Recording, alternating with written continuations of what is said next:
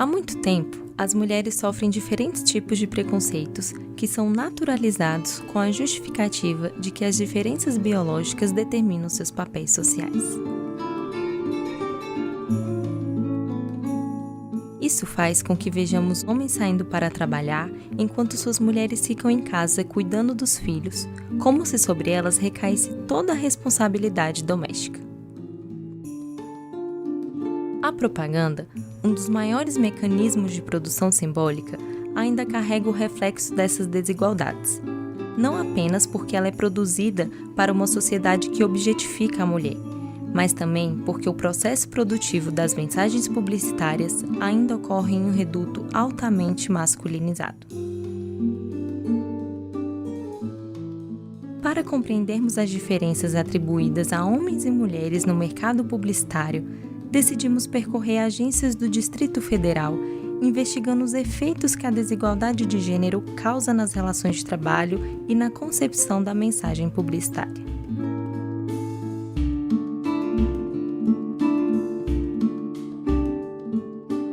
Embora não existam dados sobre a diferença salarial na publicidade, dados do Relatório Anual Socioeconômico da Mulher demonstra que em praticamente todas as áreas de atuação, homens ganham mais do que as mulheres para desempenharem as mesmas funções. As mulheres ainda ganham 30% a menos que os homens, se você comparar com o mesmo nível de educação e a mesma capacidade, nos mesmos cargos. Essa realidade ainda é muito mais dura se você adicionar uma lente de raça. As mulheres negras, comparadas aos homens brancos, elas ganham, em média, 60% menos que o salário deles, para a mesma capacidade, mesmo cargo, mesmo nível de educação. Você vai ganhando mais à medida que você vai crescendo na carreira. E as mulheres têm essa dificuldade de crescer na carreira. Então, de chegar... As equipes criativas, por exemplo, mesmo quando elas têm uma maioria de mulher embaixo dela, social media é um exemplo, que tem muita mulher trabalhando nisso, geralmente a tomada de decisão é de um homem. Então, o salário maior vai ser dele. Então, a gente tem essa dificuldade, eu acho que é reflexo do mercado como um todo, né, de equiparar os níveis salariais. Além da diferença de salários, as mulheres também são minoria em algumas áreas dentro das agências. Segundo o jornal Meio e Mensagem, nas 30 maiores agências do Brasil, menos de 20% das mulheres estão na área de criação. A quantidade de currículos que eu recebo, né, é muito maior de homens do que de mulheres, para a criação especificamente, né? É raro ainda mulheres dentro do departamento de criação. Em geral vai ser desproporcional. É um discurso machista, eu não recebo currículo de mulher. Por que você não abre uma vaga só para mulher? Por que você não vai nas faculdades e conversa com as meninas que tem lá, dizendo para elas que se você não sabe, eu vou te ensinar? Por que você não tenta trazer alguém que é de outro departamento e que tem interesse em criar para dentro da criação? E mesmo dentro da criação, as mulheres que têm cargos importantes, elas são redatoras. Elas não são direção de arte, elas não trabalham com essa parte mais técnica. Então eu acho um discurso de proteção, assim, sabe? Eu acho que há muito tempo atrás, as pessoas meio que dividiam assim, atendimento é mulher, criação é homem. Então, acho que as pessoas já entravam nas faculdades de publicidade com esse pensamento. Assim, pô, eu sou mulher, eu não vou ter chance na área de criação, porque o departamento de criação é muito masculino, mas eu vou ter chance na área de atendimento. Ah, a mulher é mais bonita, então tem que ser atendimento porque agrada o cliente. E é uma coisa totalmente escrota, na minha opinião, assim, sabe? Tipo, a gente vai botar ela porque ela é bonitinha, porque ela vai falar com o cliente vai ficar derretido. Não, a gente tem que estar lá porque ela é capaz. Porque ela sabe lidar com o cliente e porque ela é uma boa atendimento. Ela vai chegar no cliente, ela vai pegar o brief, vai passar para a criação e tudo vai funcionar bem. Porque querendo ou não, um atendimento, uma produção, são papéis tão importantes quanto a criação dentro de uma agência. Aí eu me pergunto, então quer dizer que as mulheres têm mais interesse pela mídia, pelo atendimento do que pela criação? Pode ser. Se você está se formando, se você quer ir para uma área de criação, se você quer ir para uma área de mídia, eu acho que é uma decisão sua e nada disso vai te impedir. Eu ainda vejo poucas mulheres no departamento de criação, embora haja muito espaço. Tem um discurso muito forte de não consigo contratar contratar mulher, porque não tem mulher qualificada, mas também não se qualifica. Então, já na faculdade, as mulheres são incentivadas a ir para outras áreas, porque só tem vaga de estágio para elas no atendimento, nas mídias sociais. Dentro da criação tem muito pouco espaço para esse desenvolvimento mais técnico e tudo mais. É uma profissão, é um setor, um mercado onde o preconceito de alguma forma é um pouco menor, né, e tudo, e ainda assim não há uma ocupação mais vigorosa, né, das mulheres dentro dos departamentos, em especial o de criação. Um diretor de arte, ele aprende a técnica da criação mesmo, da montagem, da manipulação da imagem, a montagem do layout. Então é uma coisa mais técnica e menos comportamental. E todas as coisas que são mais técnicas eu vejo menos mulher. Então eu acho que isso pode influenciar. E aí você entra num ciclo vicioso, porque você não é incentivada a ter esse desenvolvimento técnico, só um desenvolvimento comportamental, porque você precisa saber se falar, saber sentar, saber se colocar em todas as situações. E aí realmente acaba não tendo mulher para contratar, não se treina. Quando o assunto é representação da mulher na propaganda, dados de uma pesquisa feita pelo Data Popular e o Instituto Patrícia Galvão demonstraram que para 56% dos entrevistados, as propagandas de TV não mostram as mulheres como elas realmente são. 65% concordaram que o padrão de beleza nas propagandas é muito distante da realidade brasileira. Para 58%, as propagandas mostram a mulher como objeto sexual e 84% disseram que o corpo da mulher é usado para promover a venda de produtos. O mundo não estava preparado para debater o feminismo, então para debater o papel da mulher e essa questão do empoderamento. Assim, acho que o mundo tinha muito medo de receber isso, sabe?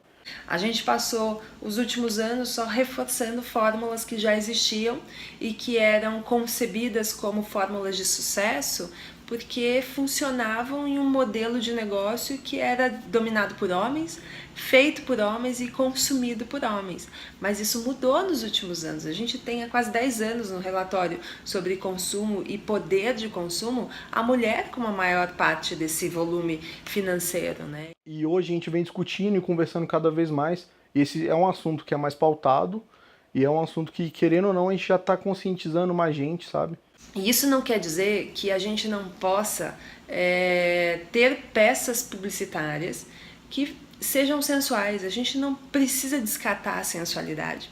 É a forma como isso tem sido feito. Até tempo atrás, cara, se a gente vê uma propaganda até de cerveja ou de outras marcas, de cozinha, de lavando roupa, que era sempre a mulher, fala, pô, a coisa mais comum do mundo é minha mãe que lava roupa mesmo. A gente não via isso. Agora a gente começa a ver a objetificação nas coisas que a gente já viu antes e não percebeu. O que mudou foi o nosso pensamento. Nós estamos vendo que as propagandas publicitárias que reforçam estereótipos de gênero, que desempoderam as mulheres, estão sendo cada vez menos aceitas.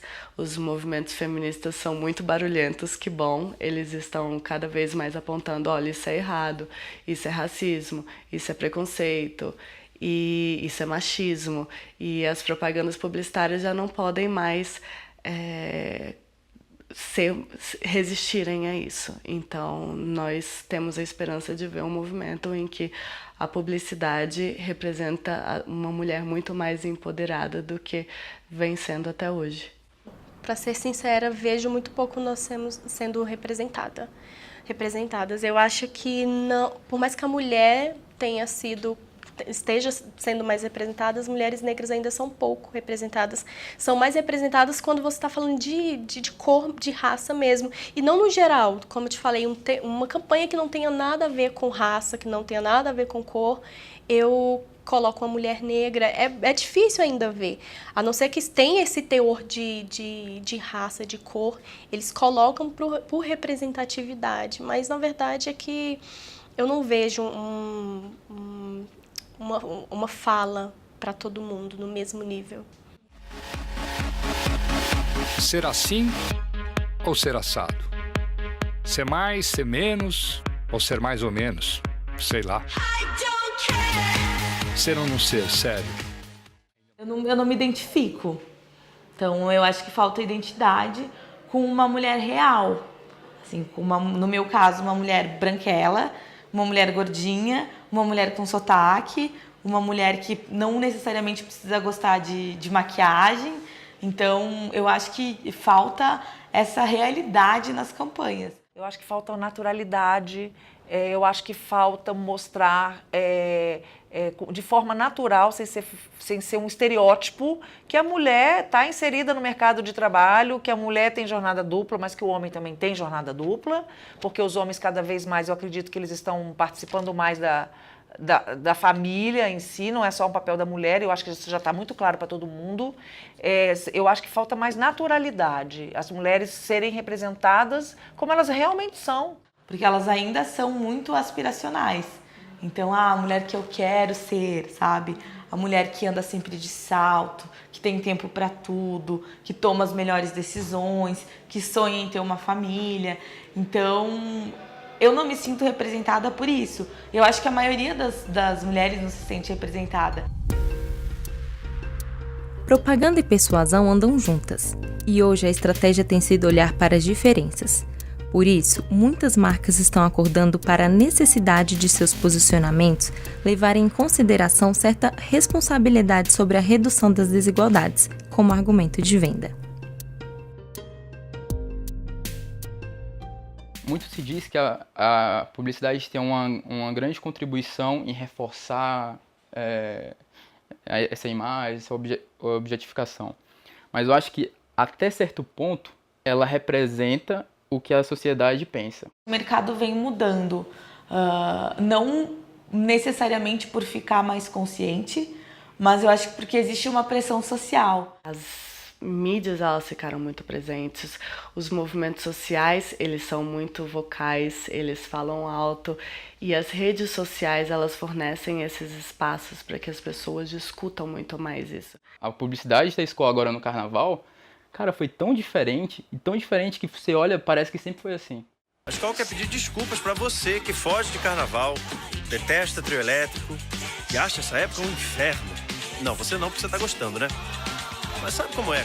Redondo é sair do seu quadrado. Se a publicidade já foi campeã na reprodução de estereótipos, parece que o século XXI e as dinâmicas sociais trouxeram um despertar das marcas para a valorização das diferenças. A comunicação e o marketing mudou demais, né? A forma das pessoas se relacionarem entre si e a forma das pessoas se relacionarem com a marca no mundo pós-internet, pós-mídias sociais, mudou absurdamente. Hoje em dia nós temos o cross-mídia, por exemplo, que aparece na televisão, é contestado nas redes sociais. Então, nós como profissionais, a gente precisa olhar para essa mudança, analisar, entender essa mudança e ralar para acompanhar essa mudança também. Então é um assunto que ficou muito mais forte nessas conversas e nessas discussões e que estão chegando muito mais rápido nas pessoas que antes não eram tão antenadas sobre o movimento, sobre as causas feministas ou mesmo sobre os seus direitos. Às vezes a gente tem até problemas, porque às vezes a gente coloca um negro em um comercial com o objetivo de criar uma representatividade. Igual na campanha Gente Boa Também Mata. A gente colocou um negro que era o melhor aluno da sala. Mas exatamente para isso, para valorizar, para ter uma representatividade que a gente estava procurando exemplos de gente boa, de gente acima de qualquer suspeita. E a gente colocou um negro, mas na melhor das intenções, e muita gente brigou e questionou e tal. Mesmo com o avanço das discussões sobre o empoderamento feminino, ainda hoje existem preconceitos com relação ao trabalho da mulher. A gente acaba se acostumando, mas quando você apura o olhar no dia a dia, você consegue identificar que em momentos que as pessoas olham para uma situação ou para uma entrega, para a mulher diferente da do homem, seja por piadinhas, seja até por questionar. Ah, mas será que ela fez isso aqui porque ela não estava correndo para ir para o salão? E eu acho que os homens, quando eles fazem qualquer tipo de piada, que eles nunca consideram que é uma piada machista. Eles sempre acham que é uma graça. E eu acho que acontece demais ainda.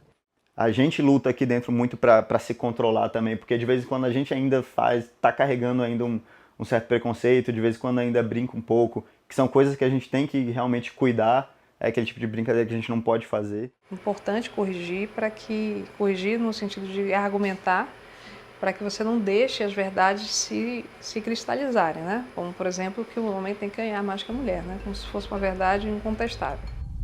As mulheres muitas vezes podem ser desmerecidas em processos de recrutamento pela simples possibilidade de serem mães, e isso recai fortemente sobre a atuação delas no mercado de trabalho.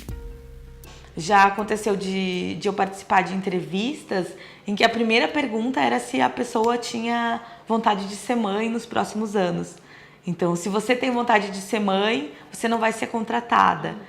Se você tem filhos, você não vai ser contratada. Eu acho que depende um pouco das pessoas também, a forma que elas encaram essa cultura que tem de que as mulheres que têm filhos têm menos disponibilidade, ou vão entregar menos, ou vão usar os filhos como desculpa, né? Ontem eu estava conversando sobre isso com uma colega da equipe que sentou comigo, voltou recentemente de uma licença maternidade e ela estava preocupada, poxa, eu estou querendo mais. Eu falei, calma, você voltou agora. Ela volta num outro ritmo, ela está preocupada com o filho. E isso é muito específico da mãe, sabe, da mulher. Eu acho que isso ainda acontece muito no mercado. Muito mais por um preconceito que as pessoas têm, de achar que a mulher vai ter menos comprometimento, ou vai ter menos produtividade, ou vai faltar mais no trabalho porque tem que cuidar de um filho. Eu acho que isso ainda é um preconceito muito grande. Visitando as agências, percebemos que o cargo de liderança está em constante crescimento para as mulheres. Elas estão conquistando cada vez mais o seu espaço no mercado publicitário. Muitas já são proprietárias, gerentes e diretoras. A diretora do escritório é a mulher. Nunca enfrentei problemas liderando homens ou mulheres. Acho que é uma questão pessoal mesmo, mais do que de gênero, sabe? A liderança de um homem sempre vai ser diferente da liderança de uma mulher. Não quer dizer que um melhor ou pior. Ela é diferente, a mulher tem um perfil diferente. Algumas mulheres são mais fortes do que alguns homens. Acho que, de uma maneira geral, a mulher ela tende a ser mais apaziguadora, menos agressiva. Eu acho que ela tem uma capacidade de empatia mais exercitada. Então, são perfis diferentes de liderança. Mas não quer dizer que são melhores ou piores. O que eu acho que tanto a publicidade como a sociedade tem que lidar com essas diferenças e aprender porque elas se completam. A sociedade é feita de homens e mulheres e todos eles atuando em todas as áreas. Eu acho que é a forma perfeita. Enquanto os homens não compreenderem que as mulheres correm contra o tempo para alcançarem uma posição de igualdade e que isso não é resultado da natureza humana, ainda precisaremos trabalhar ações de empoderamento.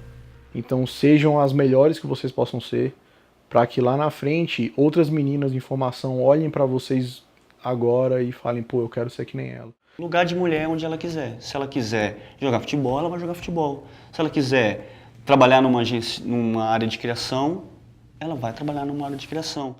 Ouçam as mulheres. Ouçam as mulheres, porque as mulheres não só querem ter voz, elas têm voz de verdade.